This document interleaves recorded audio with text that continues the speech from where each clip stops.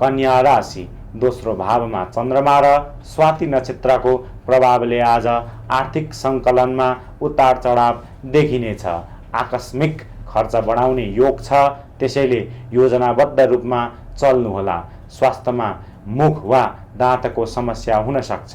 यात्रा गर्दा खानपिनमा विशेष ध्यान दिनुहोला।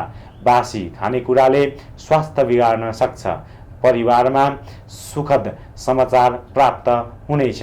गण्ड योगका कारणले बोलीमा कडापन आउन सक्छ, जसले गर्दा नजिकका मान्छे टाढिन सक्छन्। व्यवसायमा वैदेशिक सम्पर्कबाट लाभ हुनेछ।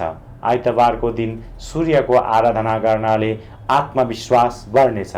लक्की नम्बर 6 रहेको छ भने लक्की कलर हरियो रहेको छ।